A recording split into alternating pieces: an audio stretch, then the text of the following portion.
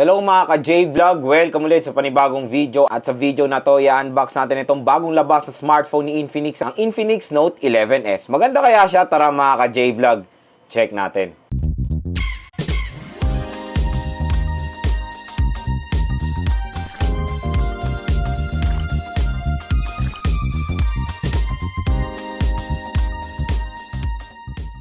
So ayan, may bago na naman tayong Infinix smartphone na i-feature dito sa ating YouTube channel. At ito naman ang Infinix Note 11S.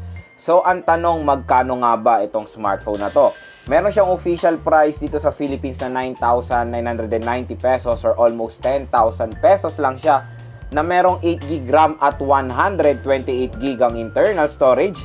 At ang maganda dito mga ka-J-Vlog, dahil may launch promo po si Infinix sa inyo pag bumili kayo nitong Infinix Note 11S sa launch date nila sa November 30 and December 1. So makukuha nyo na lang tong smartphone na to sa halagang 9,190 pesos or almost 9,200 pesos na lang siya.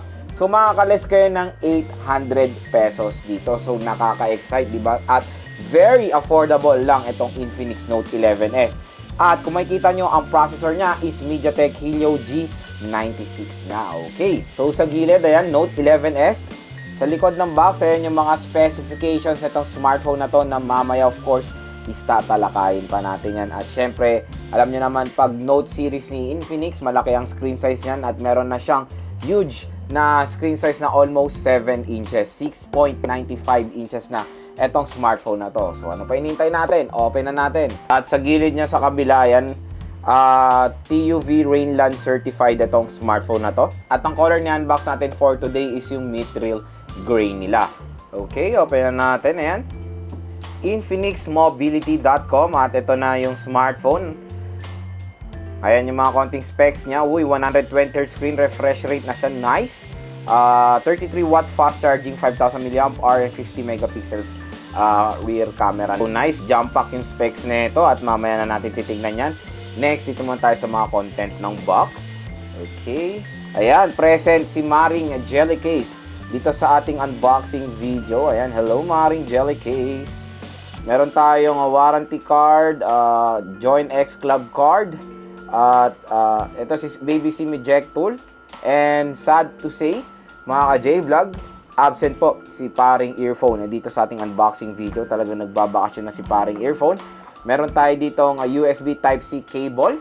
And of course, yung kanilang fast charging brick. And 33 watt na to. Yan, 10 volt, 3 ampere equals to 33 watts po ang max niya. So fast charging po itong Infinix Note 11S. So yun lang yung content ng box. Next, let's proceed to the main event, yung smartphone. Ito na ang Infinix Note 11S. Okay. So tingnan natin yung color na itong Infinix Note 11S in mithril gray. So in 3, 2, 1. Bam!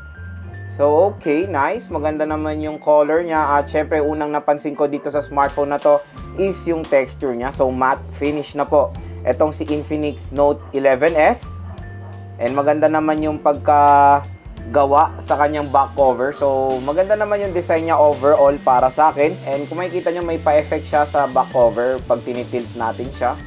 Ayan, kung makikita nyo, diba? So yan, okay, maganda naman yung color niya. And nasa upper left corner yung ating camera module. Syempre ito yung main camera, yung 50 megapixel.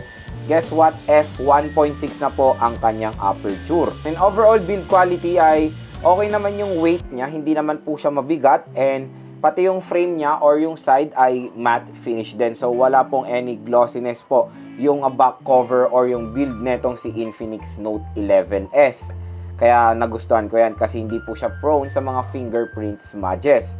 And sa right side, nandito yung ating power button / fingerprint scanner at yung ating volume rocker. Sa taas naman ng smartphone, wala tayong makikita. Sa left side naman, nandito yung ating SIM card slot. Tingnan natin kung hybrid ba to or hindi. So yun mga ka-J-Vlog, good news, hindi po siya hybrid SIM card slot pero kakaiba yung SIM card slot niya, diba? So yun, pwede nyong pagsabayin nilagay yung dalawang SIM at isang micro SD card. Ayan, diba? So dito yung mga SIM sa taas, tapos sa likod is yung SD card. Okay, maganda yan. Sa baba naman ng smartphone na makikita natin yung 3.5mm headphone jack niya.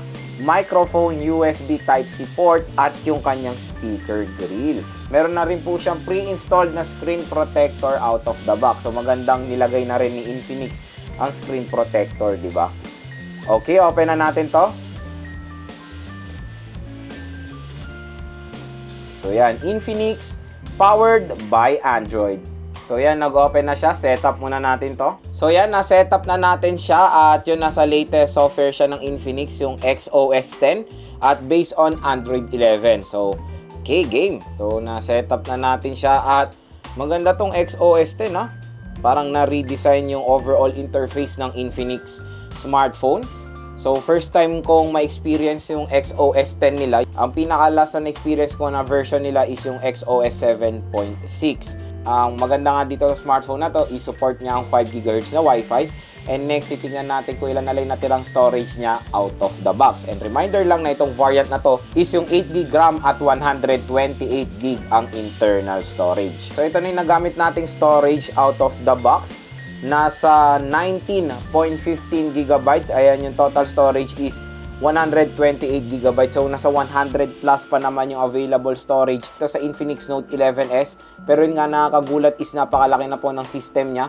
Nasa 13.43GB. Kaya, maganda talagang malaki ang internal storage na itong smartphone na to. So, in terms sa gaming, marami pa naman kayo malalagay sa kanyang storage. And syempre, ang maganda rin sa Infinix Note 11S is support niya ng 120Hz screen refresh rate. So, yan, for smoother animation. And yun, no? Ayan, nice. Nasa 120Hz na siya. Okay. So, syempre, next, try natin si Maring Jelly Case. Ayan. So, maganda talagang ilagay muna si Maring Jelly Case as a temporary case sa bagong bilhin yung smartphone para ma-protectionan siya from fingerprint smudges and of course sa mga scratches. And maganda rin naman yung grip natin kay Maring Jelly Case, hindi naman po siya madulas. So si Infinix Note 11S ay merong triple rear camera. Yung main camera niya ay merong 50 megapixel f1.6 aperture. Meron siyang 2 megapixel macro lens na merong f2.4 aperture at 2 megapixel depth sensor na merong f2.4 aperture. Meron siyang quad LED flash at capable siya ng 2K video recording up to 30 frames per second. Pagdating naman sa front camera, meron siyang 16 megapixel, capable din ng 2K video recording at 30 frames per second.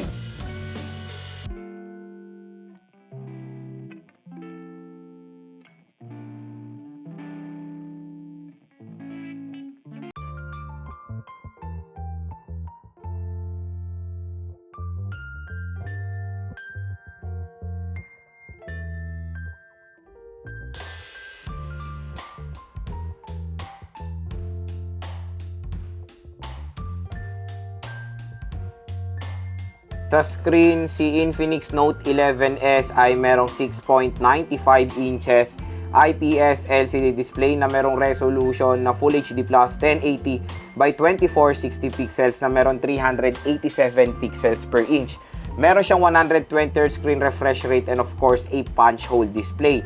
Sa OS naman, out of the box, meron siyang Android 11 with XOS 10. Sa chipset, meron siyang MediaTek Helio G96 na 12 nanometer. Meron siyang octa-core CPU na merong clock speed na up to 2.05 GHz. And sa GPU, meron siyang Mali G57 MC2. Meron siyang 8GB RAM at 128GB ang internal storage. And good news, expandable pa ang kanyang storage via micro SD card. Meron siyang dalawang biometrics, face unlock at fingerprint scanner. At yung fingerprint scanner niya ay side-mounted na. Pagdating naman sa battery, meron siyang 5,000 mAh non-removable battery with 33W fast charging. So yun mga ka-J-Vlog, next naman gusto kong i-share sa inyo yung first impressions ko dito sa bagong labas na smartphone ni Infinix, ang Infinix Note 11S. Number one, of course, sa kanyang screen size, napakalaki po niyan mga ka-J-Vlog. Meron siyang 6.95 inches or almost 7 inches na. So yan talaga yung pinaka nagustuhan ko sa Note series ni Infinix, yung meron silang large screen size. At yon, paniguradong mas may enjoy nyo pong gamitin itong smartphone na to sa gaming dahil malaki ang screen size niya. Number 2, sa kanyang refresh rate, biruin nyo yun, almost 7 inches ang screen nitong smartphone na to napakataas pa ng refresh rate niya. So, meaning yan, mas smooth pa yung pag-navigate nyo dito sa smartphone na to or sa social media. Eh, syempre, yung mga animation niya ay smooth din. Number 3 sa chipset. So, meron siyang MediaTek Helio G96. So, itong chipset na to ay medyo bago para sa akin. So, sinerch ko to mga ka-J-Vlog. Itong G96 pala ay support yung mga merong 120Hz screen refresh rate na smartphone compared dun sa G95. So, hindi naman nagkakalayo yung gaming performance sa G95 at G96. So, yun nga maganda lang sa G96 din. I-support nga ang 120Hz screen refresh rate na smartphone. So, syempre, na-test na natin yung G95 and maganda naman ang gaming performance niyan. Powerful din yung chipset na yan. Nakaka-handle yan ng mga heavy games kaya in-expect din natin yan dito sa MediaTek Helio G96. Pero stay tuned lang, syempre mga ka-J-Vlog, dahil i-game test din natin sa ibang video etong si Infinix Note 11S. Number 4, fast charging na siya at guess what? 33 watt fast charging na itong smartphone na to. So kahit na malaki yung battery capacity niya which is 5,000 mAh, madali lang naman po mapu-full charge yung Infinix Note 11S nyo. And ang pinakala sa design, so sa isang entry-level phone, maganda rin naman yung design na mo offer sa atin netong si Infinix Note 11S. Meron siyang minimalist design mga ka-J-Vlog, pero eye-catching naman yung design niya. At syempre, nagustuhan ko dito sa smartphone na to is yung kanyang texture which is matte finish na. So yun lang mga ka-J-Vlog yung first impressions ko dito sa Infinix Note 11S. Abangan nyo na lang po yung full review at yung game test ko dito sa smartphone na to. At kung interesado kayo dito sa Infinix Note 11S, ayan mga ka-J-Vlog, ilalagay ko po yung link neto sa description. At isa lang masasabi ko dito sa smartphone na to, jump pack po yung specs niya, tapos very affordable lang.